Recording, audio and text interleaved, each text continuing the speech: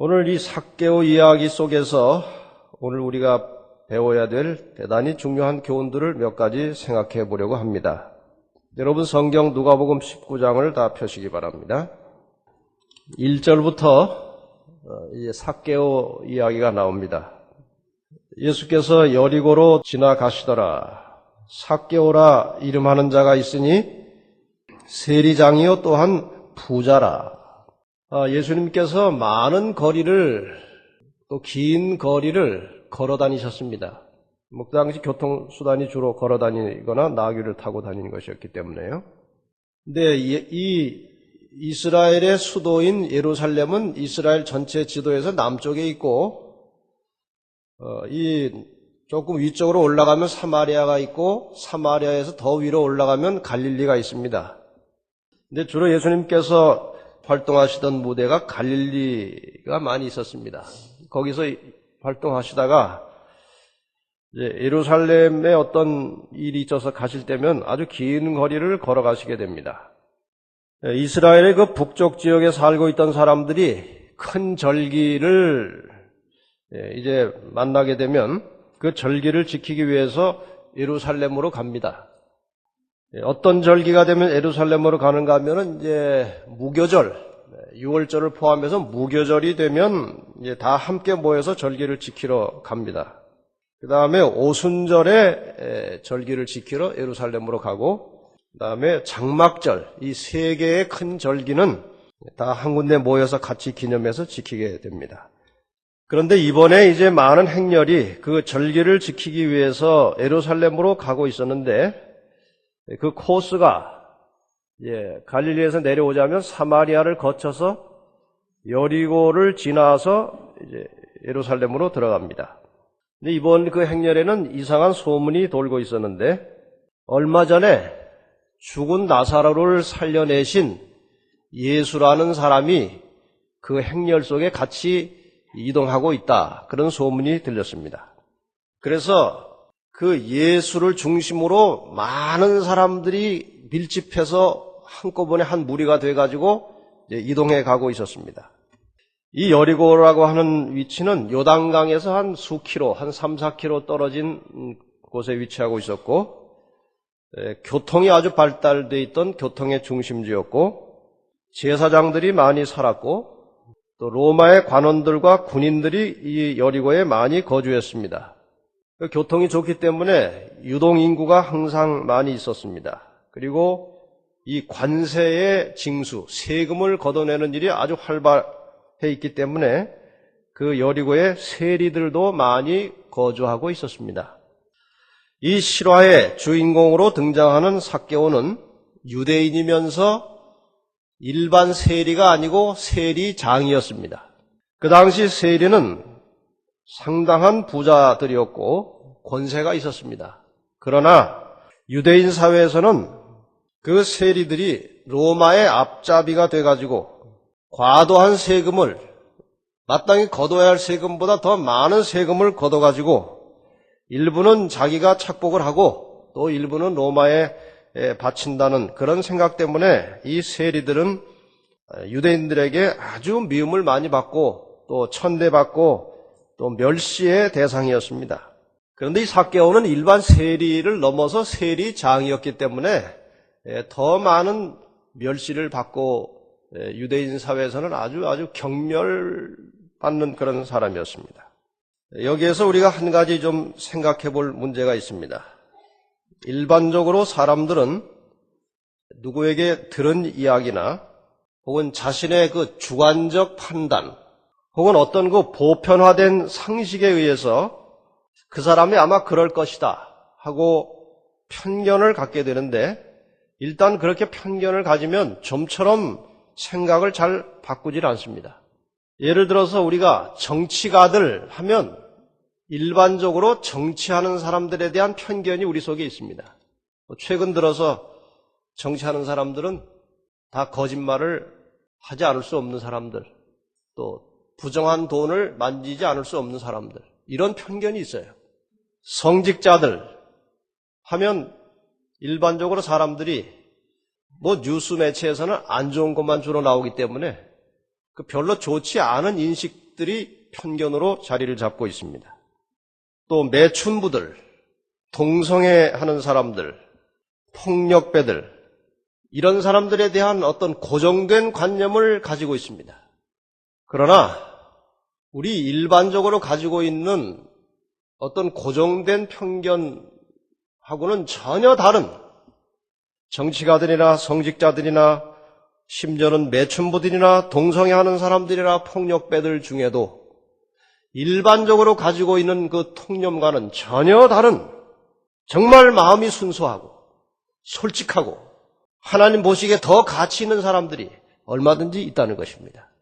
이 세리장 삭개오는 그 자신에 대한 유대인들의 어떤 극심한 편견이나 또 종종 감출 수 없는 그 외모에 풍기는 세속적이고 교만한 모습, 그 이면에 그 마음 깊은 곳에 아주 쉽게 감동을 받는 여린 마음이 있었고 또 단순한 마음이 있었습니다.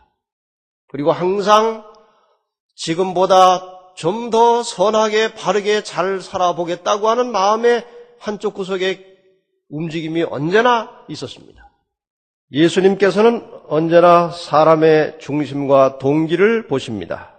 그래서 예수님께서는 그 당시 존경받고 있던 제사장들이나 바리새인들의 마음속에 그 굳어져 있는 교만과 이기심과 위선 이런 것들을 다 아시기 때문에 예수님께서는 그들을 향해서 아주 신랄한 책망들을 자주 하셨습니다.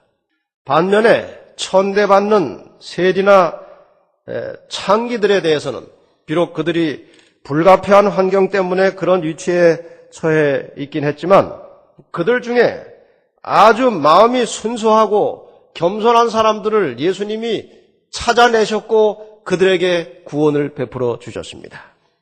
예수님께서는 그 당시 멸시받고 천대받는 이 계층의 사람들을 하나의 죄인 집단으로 보지 않으셨고 한 사람 한 사람을 개인적으로 보고 그 가치를 알고 계셨습니다. 그래서 그 한 사람 한 사람의 마음의 동기를 살피시면서 구원을 갈망하는 사람들을 찾아내셔서 그들에게 하늘의 생명을 아낌없이 나누어 주셨습니다. 바로 그러한 이유 때문에 제사장들이나 바리새인들은 예수님을 아주 싫어하고 배척했습니다.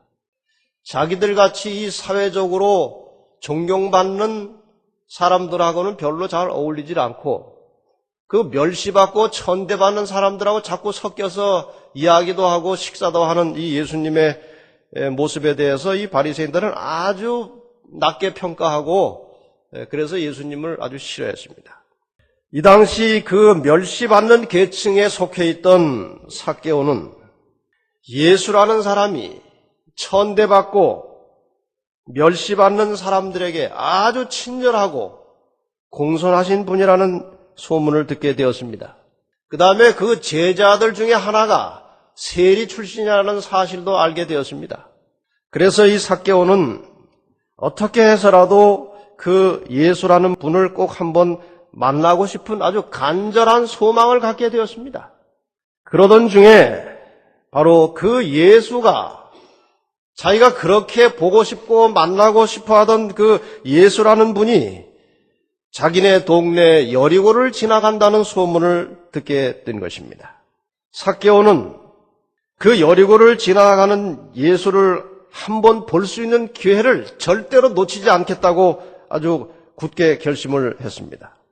그 마음의 소원은 그저 한번 얼굴을 멀찌감치나마 혹은 가능하면 가까이서 한번 보는 것으로 그 소원을 한 것이지 그분을 개인적으로 만나서 이야기를 한다는 것은 감히 상상도 하지 않았습니다. 이제 드디어 예수님이 그 동네를 지나간다는 날이 왔을 때에 그 하루 자기의 모든 일정을 다 취소하고 그 다음에 그 예수님이 여리고를 지나가는 그 시간과 이제 코스를 확인한 다음에 드디어 현장에 갔습니다. 가자마자 절망하게 됩니다. 도저히 예수님의 얼굴을 볼 수가 없었어요, 환경이. 장애물이 두 가지가 있었는데 하나는 키가 작은 것입니다. 뭐 자기보다 다 더 큰 사람들이 예수님 주변에 꽉 차 있으니까 이 삭개오는 아주 절망하게 됩니다. 그 다음에 예수님 주변에 미리 자리를 잡은 그 군중들이 얼마나 빽빽한지 들어갈 수가 없었습니다. 그러나 이 삭개오는 예수를 만난다고 하는 것을 절대로 포기하지 않았습니다. 이 장애물을 어떻게 극복할 것인가? 사람이 장애물을 만나고 어떤 궁지에 만났을 때 좌절하지 않고 그것을 돌파할 생각을 하면 길이 언제나 보이는 겁니다.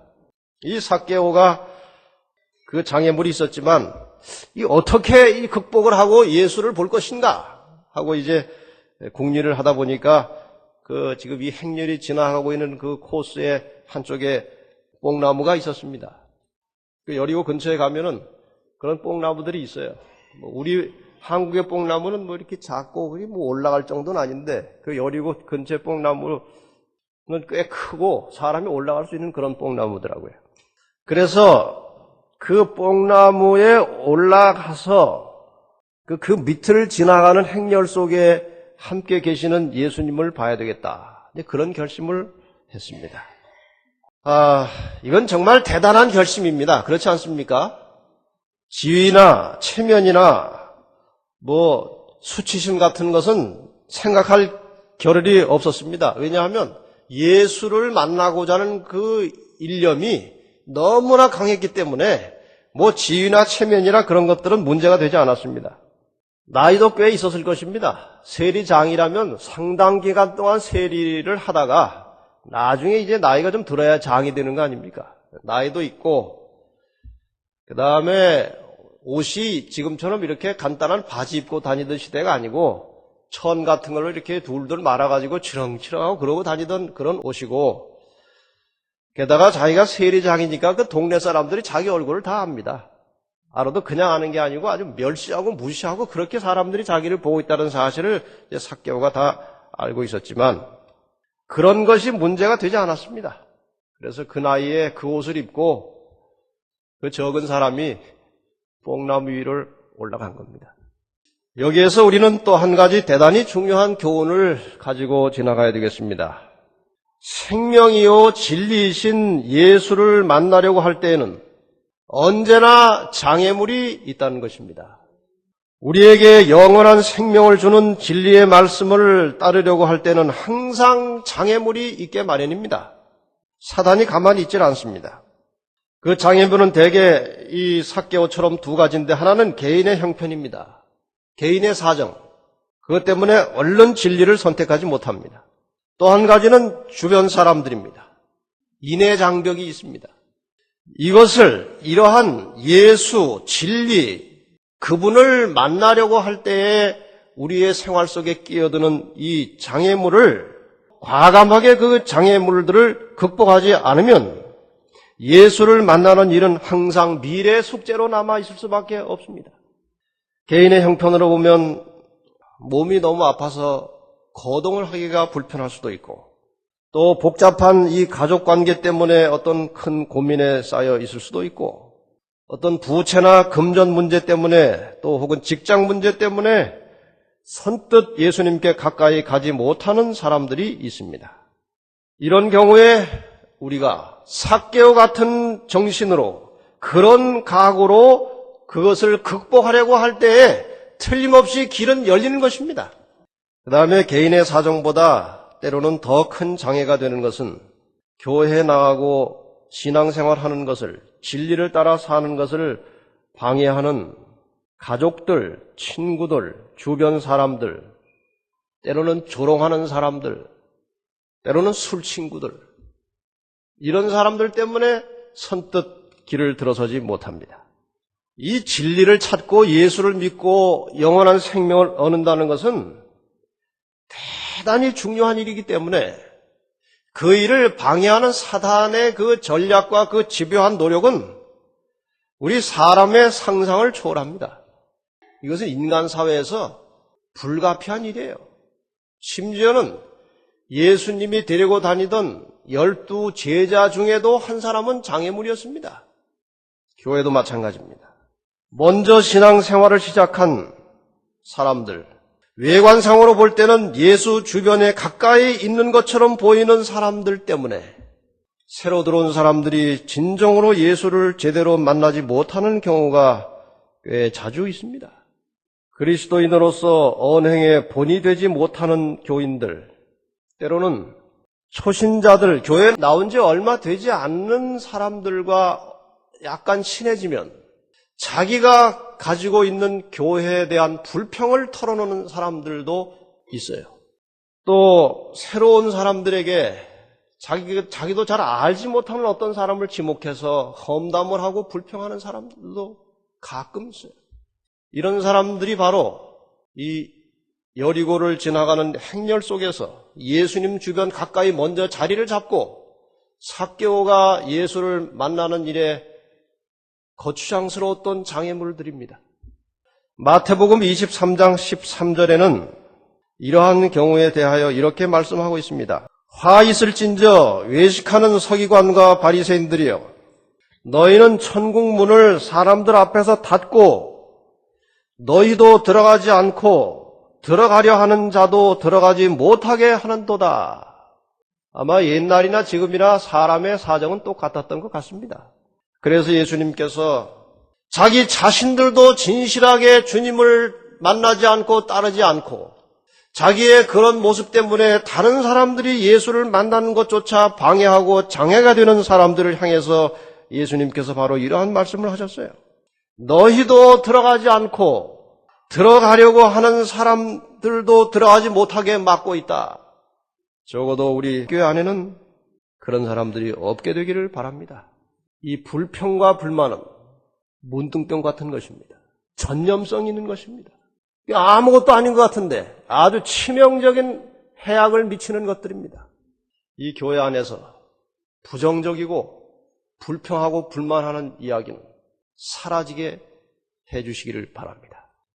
이제 예수님 주변 사람들의 온갖 시끄러운 소리가 들렸고 제사장과 랍비들의 불평하는 소리, 군중들의 환호하는 소리, 이것들이 아주 그 지역에 가득 찼습니다.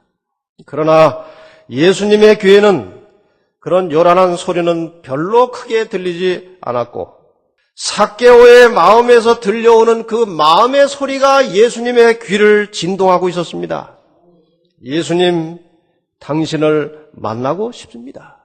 이 삭개오의 마음의 소리가 모든 다른 소리를 압도하고 우리 주님의 귀에 들렸습니다.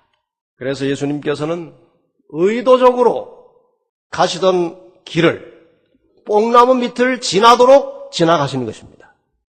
삭개오는 이제 점점 긴장이 되옵니다. 그렇게 보고 싶던 예수님이 점점 자기 시야에 가까이 들어오고 있습니다. 이제 삭개오는 예수님께서 가까이 오시게 되자 목을 더 길게 늘여 빼가지고 좀 더 자세하게 보기 위해서 그 나무 위에서 온갖 행동을 다 하고 있었습니다. 그런데 갑자기 삭개오가 올라가 있는 그 지점 밑에 딱 발걸음을 멈추고 서시는 겁니다. 사람들이 다 섰습니다. 예수님께서 서니까 같이 따라가던 사람들이 다 섰습니다. 근데 예수님의 이 머리 윗부분하고 이 옆이 살짝 보이는 거예요. 어떻게 좀 더 자세하게 볼 수 없을까? 좀 더 전체를 볼 수 있는 길이 없을까? 하고 이제 안타까워하고 있는데 갑자기 예수님께서 고개를 드시고 삭개오를 쳐다보시는 겁니다. 이 삭개오는 놀라서 기절할 뻔했을 것입니다. 어떻게 자기를 알아보시고 그렇게 보고 싶어하던 그분의 얼굴을 그렇게 고개를 들어서 보여주시니 이게 웬일입니까? 그 다음에 예수님께서 그에게 말씀을 하십니다. 누가복음 19장 5절 예수께서 그곳에 이르사 우러러 보시고 이르시되 삭개오야 속히 내려오라. 내가 오늘 내 집에 유하여야 하겠다. 아마 이 삭개오가 잠시 정신을 잃었을지 모릅니다. 세상에 이런 일이 있습니까? 예? 사람들이 삭개오를 다 쳐다봤을 것입니다. 지금 그 행렬의 주인공은 예수님이신데 그 예수님이 고개를 들고 그를 불러서 내려오게 하시면서 내가 오늘 내 집에 가야 되겠다고 말씀하시니 그 주변의 모든 사람들이 얼마나 당황하고 놀랐겠습니까? 여기에서 우리는 또 다른 심오한 교훈을 찾을 수가 있습니다. 진리의 본체이신 예수 그리스도를 찾고자 갈망하는 마음을 끊임없이 가지고 있는 사람들은 마침내 예수를, 진리를 만나게 될 것입니다. 그 마음이 식어지지 않는다면, 그 마음이 포기되지 않는다면 마침내 그는 예수 그리스도와 함께 진리를 만나게 될 것입니다. 예레미야 29장 13절에 너희가 전심으로 나를 찾고 찾으면 나를 만나리라. 전심으로 나를 찾는 자는 나를 만나겠다고 말씀하십니다. 잠언 8장 17절에 보면 나를 사랑하는 자들이 나의 사랑을 입으며 나를 간절히 찾는 자가 나를 만날 것이라. 정말 간절한 심령으로 그리스도를, 진리를 찾는 자들은 마침내 그분을 만나게 될 것입니다. 두 번째, 지금 예수님께서 그 나무에 올라가 있는 처음 보는 사람의 이름을 아셨습니다. 삭개오야 할 때 삭개오는 정말 놀랐습니다. 자기 처음 보는 분인데 자기 이름을 불러서 오라는 것입니다. 예수님은 나의 이름과 함께 나를 개인적으로 알고 계십니다. 나를 개인적으로 이름으로 우리 주님이 나를 알고 계십니다. 이사야 43장 1절에 보면 너는 두려워 말라. 내가 너를 구속하였고 내가 너를 지명하여 불렀나니 너는 내 것이라. 너희는 나의 것이라가 아니에요. 너는 내 것이라. 우리 한 사람 한 사람의 가치를 주님만이 아십니다. 사람들은 나를 비록 멸시하고 이상하게 볼지 모르지만 내 마음속에 진심으로 진리를 찾고자 하는 심령이 있다면 예수님께서 그 사람의 가치를 높이 평가하시고 그분께서 우리에게 다가오실 것입니다. 요한복음 10장 3절에도 보면 그가 자기 양의 이름을 각각 불러 인도하여 내느니라. 양을 떼로 부르는 것이 아니고 양떼가 아무리 많아도 이 목자는 각각을 알고 있듯이 예수님께서는 우리 각각의 이름을 불러서 인도하고 계시는데 이 주님의 부르심에 겸비한 심령으로 순종하시기를 바랍니다. 이제 모든 사람의 시선이 삭개오에게 집중되었습니다. 삭개오는 이제 나무에서 내려왔고 예수님 옆에서 당당하게 이제 자기 집을 향해서 가고 있는 것입니다. 어떤 사람은 여전히 멸시하는 시선으로 삭개오를 보았을 것이고 어떤 사람은 예수님이 뭘 잘 모르시는구나. 저 인간이 얼마나 나쁜 죄인인데 어떻게 저런 사람하고 어울려서 그 집에를 가시느냐 하고 의아한 눈으로 본 사람도 있을 것입니다.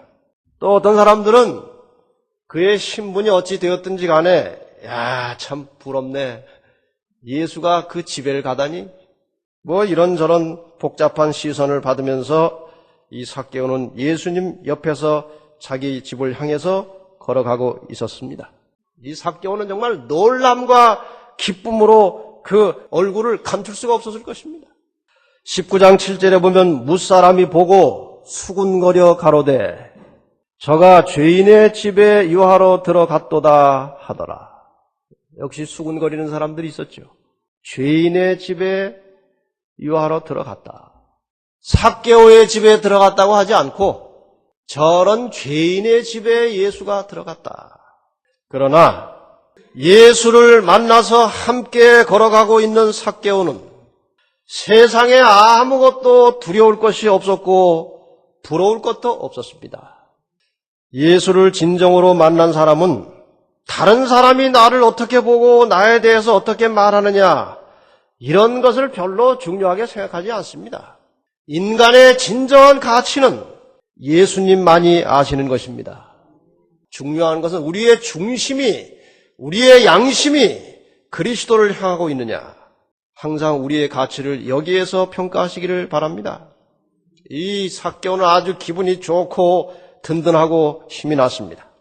아마 이 삭개오와 예수님께서 가고 있을 때 주변에 많은 사람들이 여전히 같이 따라갔을 것이고, 이 삭개오가 자기 집에 들어갔을 때 이미 지금 이제 공개된 행동이기 때문에 이 삭개오가 그동안 돈을 많이 벌었는데 집안을 어떻게 해놓고 사나 하고 따라 들어가 본 사람들이 많이 있었을 거예요. 그 자리에서, 여러 사람들이 보고 있는 자리에서 이제 누가복음 19장 8절에 보면 삭개오가 이렇게 말합니다. 삭개오가 서서 주께 여짜오되 주여 보시옵소서, 내 소유의 절반을 가난한 자들에게 주겠사오며 만일 네 것을 토색한 일이 있으면 4배나 갚겠나이다. 이 삭개오는 우리가 이 시대의 소망이라고 하는 책에 예수님의 생애를 상세하게 그려놓은 책에 보면 삭개오는 이미 예수님 만나기 전에 침례 요한의 설교를 듣고 양심의 찔림을 받고 있었다고 그랬습니다. 남의 것을 토색하지 말라.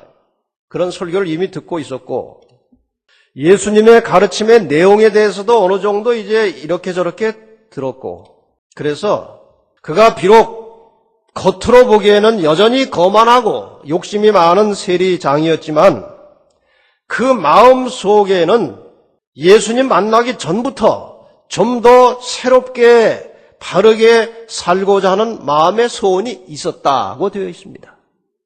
삭개오는 그가 깨달은 확신을 따라서 즉시 그가 약탈한 것을 피해자에게 반환하기 시작하였다. 이미 예수님 만나기 전에 이미 그의 그러한 삶이 시작되고 있었습니다. 예수께서 마을에 들어오신다는 소식이 온 여리고에 퍼졌을 때에는 이미 삭개오가 그의 발걸음을 되돌리기 시작한 후였다. 그러나 삭개오는 그런 일을 하면서도 정말 인간적인 고민에 빠지게 되었습니다. 왜냐하면 자기는 나름대로 바른 양심으로 좀 살기 위해서 자기의 생애를 청산하고 좀 더 잘해보려고 사람들에게 도움도 베풀고 열심히 하려고 했는데 주변이 그를 바라보는 시선은 여전히 냉랭했습니다. 저게 저렇게 나눠주고 얼마를 더 뺏으려고 저럴까? 그래서 이 삭개오는 자기의 그 심정을, 마음의 동기를 알아주지 못하는 주변 사람들에 대하여 매우 인간적인 절망을 느끼고 있었습니다. 인간의 한계를 느끼고 있었습니다. 그래서 뭐라고 한탄했겠습니까? 잘해보려고 하는데 그것도 마음대로 잘 안 되는구나. 왜 이렇게 사람들이 나를 오해를 할까? 여러분, 우리 다른 사람들의 행동에 대하여 항상 좋은 눈으로 보시기를 바랍니다. 그래야 우리가 편안한 거예요. 여러분, 그 사람의 동기는 아무도 모릅니다. 그래서 실수하지 않으려면 그 동기가 좋든 나쁘든지 간에 내 주변의 모든 사람들의 언행을 좋은 동기로 보시기를 바랍니다. 이게 그리스도인의 모습이에요. 그래서 이 삭개오는 사람들은 잘 알아주지 못하는 그 자기의 마음을, 자기의 심정을 알아주시는 예수를 만났을 때 삭개오는 드디어 속마음을 완전히 다 털어내는 것입니다. 내 소유의 절반을 가난한 자들에게 주겠사오며 만일 네 것을 토색한 일이 있으면 4배나 갚겠습니다. 이 4배를 갚는 것은 그 당시 모세법에 통용되던 하나의 법칙이었습니다. 참된 회개는 행동이 뒤따른 것입니다. 말로만 후회하고 마음속으로만 회개하는 것은 참된 회개가 아닙니다. 삶의 변화가 회개와 함께 시작되어야 할 것입니다.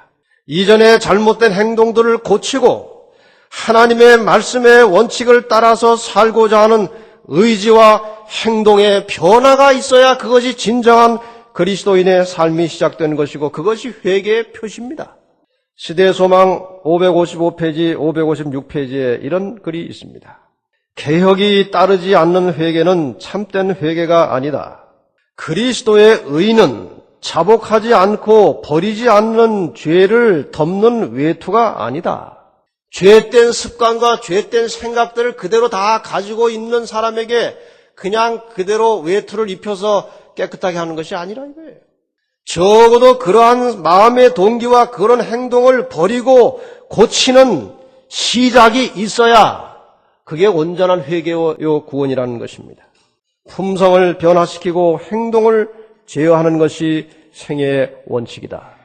자, 이렇게 이제 삭개오가 자기의 결심과 자기의 생각을 예수님께 고백했을 때에 누가복음 19장 9절 10절에 예수님께서 이렇게 선언하십니다. 예수께서 이르시되 오늘 구원이 이 집에 이르렀으니 이 사람도 아브라함의 자손이미로다. 여기 아브라함의 자손이라는 것은 육적인 혈통적 의미가 아니고 영적인 의미입니다. 구원을 받은 하나님의 백성이 되었다는 것입니다. 인자에 온 것은 잃어버리는 자를 찾아 구원하려 함이니라. 여기에서 우리가 그 시점을 주시해야 됩니다. 그 전에 조금씩 가난한 자들을 돕고 자기의 가진 것을 나누는 일을 했습니다만 아직 정식으로 제대로 하지 않았습니다. 예수님께 아주 확고하게 결심을 표시했습니다. 아직 삭개오의 행동이 구체적으로 제대로 이루어지지 않았습니다. 그런데 예수님께서 그에게 구원을 선언하셨습니다. 아직 4배로 갚는 일이나 절반을 쪼개서 나누어주는 일을 하지 않았습니다만 그 마음의 각오와 결심을 보시고 오늘 구원이 이 집에 이르렀다고 말씀하셨습니다. 여러분, 우리가 회개한 다음에 행동을 잘하고 다 뭔가 온전하게 갖추어진 다음에 예수님께서 구원을 받으라고 하지 않으시고 우리가 우리의 삶의 방향을 바꾸고 하나님의 뜻을 따라 살기로 결심할 때에 즉각적으로 주님께서 우리에게 오늘 너에게 구원이 이르렀다고 말씀하십니다. 예수님의 이 구원의 기쁜 소식을 여러분 모두가 다 받으시기를 바랍니다. 이 이야기는 바로 전장에 나오는 누가복음 18장에 나왔던 예수님의 말씀의 뜻을 다시 한번 확실하게 증명해 주고 있었습니다. 누가복음 18장에 한 부자 청년이 예수님께 와서 천국에 어떻게 하면 들어갑니까? 이런저런 이야기 속에 마침내 그 부자 청년이 예수님의 말씀을 거부하고 돌아갔을 때 예수님께서 뭐라고 말씀하셨습니까? 부자가 천국에 가는 것이 낙타가 바늘기로 들어가는 것보다 어렵다고 말씀하셨어요. 그랬더니 그 옆에서 그 이야기를 듣던 제자들이 그러면 도대체 누가 천국에 들어갈 수 있습니까? 그렇다면 그때 예수님께서 누가복음 18장 27절에 하신 말씀이 가라사대 무릇 사람이 할 수 없는 것을 하나님은 하실 수 있느니라고 말씀하십니다. 사람의 보기에는 정말 부자가 하늘에 들어가기가 어렵게 보이지만 하나님께서는 정말 그 마음속에 양심의 동기가 하나님을 찾고 있는 부자가 있으면 어떻게 해서라도 구원해 주신다는 것입니다. 누가복음 18장의 부자는 구원을 이뤘지만 누가복음 19장에 이 부자 삭개오는 구원을 얻었습니다. 하나님께서는 누구나 다 구원하시는 분이십니다.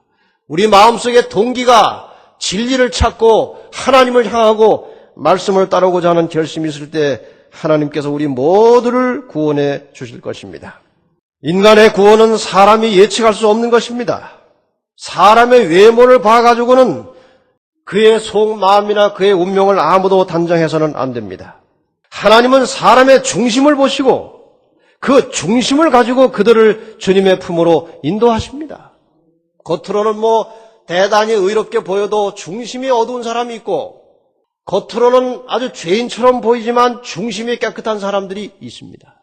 그 전에 그 삼육고등학교 여기숙사에서 이런 일이 한 번 있었습니다. 도난 사고가 일어났어요. 새로 들어온 학생이 옷을 하나 잃어버렸어요. 그 즉시 사감 선생님이 모든 아이들을 방에서 나오라고 하고 이제 기도실에 다 예배실에 모아놓고 그 이야기를 했습니다. 그때 그 앞에서 그 학생들을 지도하는 도방장, 그 학생 전체를 대표하는 그리고 학생들을 관리하는 하나의 책임자입니다. 학생 중에 한 사람을 뽑는데 그 도방장이 앞에 나가가지고 우리가 이럴 때일수록 침착해야 된다. 참여하자. 기도하자. 그랬어요. 근데 그 잃어버린 물건이 그 도방장의 서랍에서 나온 거예요. 우리는 겉으로 나타나고 보여진 것을 가지고 절대로 사람을 함부로 판단해서는 안 됩니다. 우리 주님께서는 우리의 중심을 보십니다. 항상 우리의 마음의 중심을 깨끗하게 하고 사시기를 바랍니다. 마지막으로 삭개오의 정신을 좀 정리해서 드리고 마치겠습니다. 예수님을 만나기 전부터 현재의 생활보다 더 바르게, 더 의롭게 살고자 하는 마음의 소원이 있었던 사람입니다. 여러분 항상 그런 마음을 가지고 사시길 바랍니다. 두 번째, 사람들의 오해가 있었지만 이미 선행을 실천하고 실행하던 사람이었습니다. 여러분 항상 주변에 어렵고 곤란한 사람들이 있으면 돕는 일을 계속하시기를 바랍니다. 세 번째로 예수, 진리, 하나님의 말씀을 만나고 싶은 간절한 소망이 있었습니다. 여러분 항상 예수를 만나고 싶은 간절한 소망을 마음속에 간직하고 사시기를 바랍니다. 오늘날 우리가 예수님을 육신적으로 현장에서 볼 수는 없지만 오늘날 우리가 그리스도를 만날 수 있는 최선의 길은 그분의 말씀을 만나는 것입니다. 오늘 여러분은 이미 하나님의 말씀을 들으면서 예수 그리스도를 만난 것입니다. 그분이 어떤 분인지를 깨닫고 배우게 된 것입니다. 이 삭개오는 장애물을 피하거나 굴복하지 않고 수단 방법 가리지 않고 극복한 사람입니다. 여러분이 그리스도를 만나고 하나님 말씀에 순종하며 살고자 하는 여러분의 결심에 장애물이 있으면 절대로 피하지 마시고 극복하시기를 바랍니다. 다섯 번째로 이 삭개오는 예수를 만났을 때 어린아이처럼 기뻐하고 감격했습니다. 우리가 하나님의 말씀을 들을 때에 감격과 기쁨이 충만하기를 바랍니다. 하나님의 말씀을 사모하는 심령으로 성전에 찾아오는 사람들은 말씀을 만날 때 감동과 기쁨이 있게 될 것입니다. 그리고 여섯 번째로 자기의 가진 것들을 불우한 이웃들에게 나누어 주는 일을 시작하시기를 바랍니다. 항상 내 가진 것은 내 것이 아니고 하나님의 소유라는 사실을 잊지 마시고 하나님의 사랑하는 어려운 이웃들에게 내 것을 나누어 가지시기를 바랍니다. 마지막 일곱 번째로 이 삭개오는 자신의 잘못된 생활이나 습관을 과감하게 고치고 나갔습니다. 우리 생활 습관 중에 하나님 뜻에 합당치 않은 것들이 있으면 삭개오처럼 단단히 결심하시고 과감하게 주의 말씀의 뜻을 따라서 사시기를 바랍니다. 이러한 삭개오에게 마침내 구원의 주인 되시는 예수께서 구원을 전격적으로 선언하셨습니다. 삭개오의 정신을 가지십시다. 삭개오의 과감한 결단과 생활을 본받고 마침내 우리도 구원받은 성도로서 기쁘고 즐겁게 우리의 하루하루의 삶을 이어나가시기를 간절히 바라면서 말씀을 마치겠습니다.